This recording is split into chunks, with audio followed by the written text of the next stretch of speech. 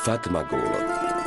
V hlavných úlohách v slovenskom znení Barbora Chlebcová, Peter Krajčovič, Vladimír Kobielsky, Ivo Gogál, Tomáš Horvát,